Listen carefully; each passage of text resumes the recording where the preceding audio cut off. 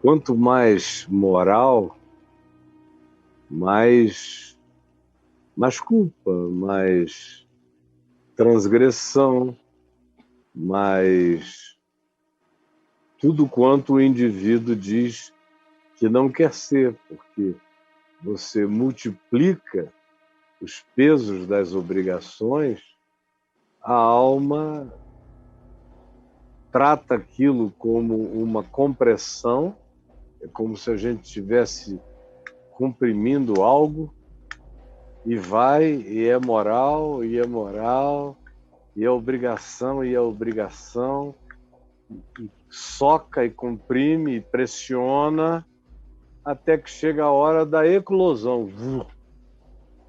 É como um vulcão, eu uso sempre a imagem de um vulcão.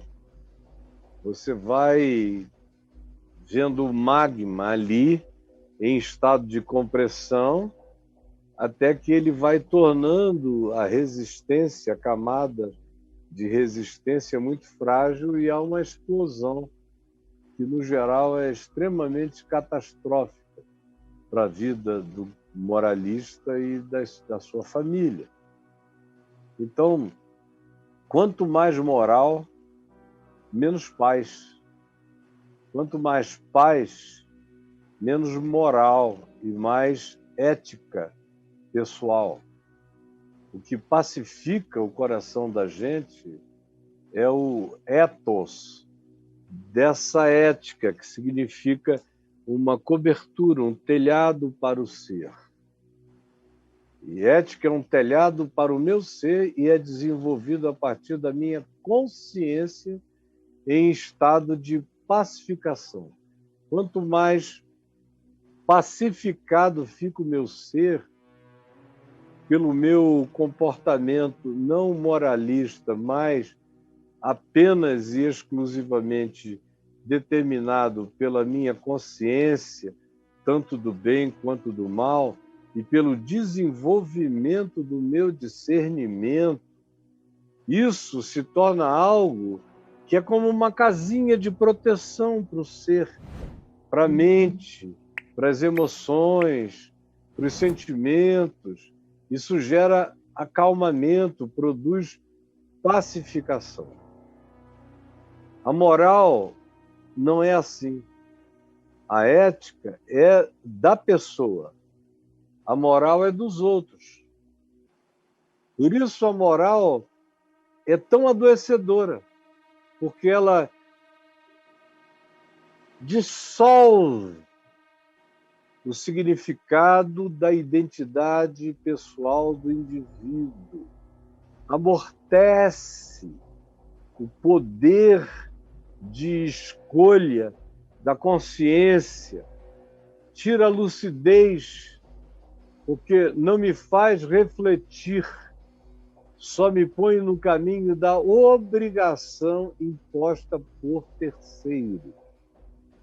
A moral é da maioria, daí é que vem a palavra moral. No inglês, a palavra moral vem nitidamente de majority, de maioria. E o moral e majority, assim como em nós moral e maioria, tem todos a mesma raiz. A maioria deriva-se da moral, e é a maioria que impõe o conceito que a gente chama de moral. Moral, portanto, é a média ponderada do comportamento de todos. Moral é para o ir e vir social. Moral tem a ver com as etiquetas do comportamento numa dada sociedade e momento. A moral não é perene, a ética é perene. A ética não muda, não há alteração na ética, mas de geração em geração, especialmente nos nossos dias, a moral se altera toda. Você veja na política, até um tempo atrás, eu me lembro, quando eu era ainda uma criança ou jovem, eu via pessoas renunciarem porque tinham sido flagradas numa coisa errada. Elas renunciavam. Era uma ética que a maioria trazia. Aí, depois de um tempo, você passa a observar que nem mais os premiers, os primeiros ministros, nem no Japão, onde, quando eu era menino, você ouvia dizer que o primeiro-ministro se suicidou, que um secretário de Estado se matou porque foi apanhado fazendo uma coisa ruim. Até hoje você ainda os vê renunciando quando flagrados.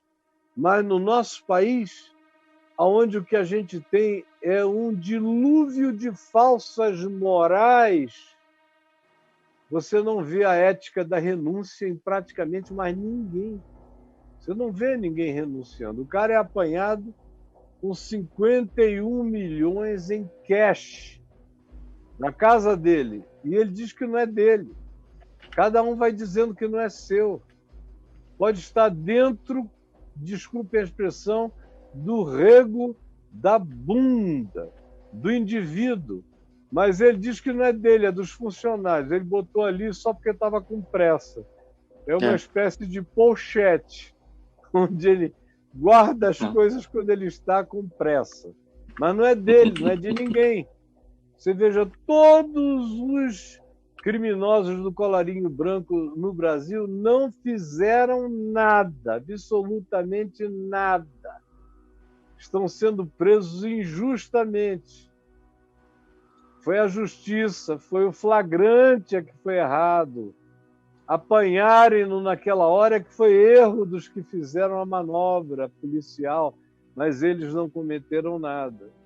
Então, a moral, que é aquilo que é de todos e não é seu, é o que faz, ou, de um lado, o indivíduo cair numa hipocrisia horrorosa, ou coloca o indivíduo num estado de culpa latente que acaba adoecendo a moral, porque ele não atende às demandas dos outros, ou coloca nesse estado de cinismo social e relacional. Em todas as perspectivas, a moral adoece-se. Nós somos chamados, se você quiser procurar aí, Braulio, você procurar Jesus não tinha moral, ele tinha ética. Você vai ver que em Jesus não há nenhuma moral. O Jesus trata cada um não conforme a maioria julgava que aquela pessoa deveria ser tratada. Ele trata conforme ele, com o olhar dele, percebendo a dor, o drama do indivíduo, sabia que o indivíduo precisava ser tratado. Então ele usa a ética do Evangelho, que é ética de cobertura, que é ética de misericórdia. Misericórdia cobre. É ética de compaixão, a compaixão cobre.